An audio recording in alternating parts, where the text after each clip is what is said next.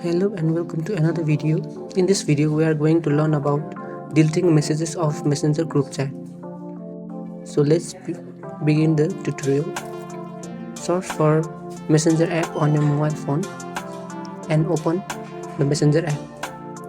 After opening the Messenger app, search for group chat that you want to delete the conversation. Here I am going to choose group chat that I want to delete the message of.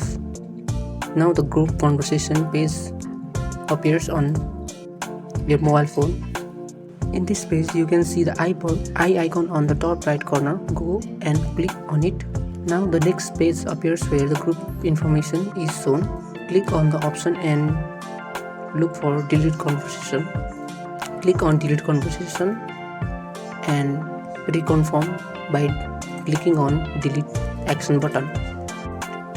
This is it for this video. I hope you find this tutorial helpful.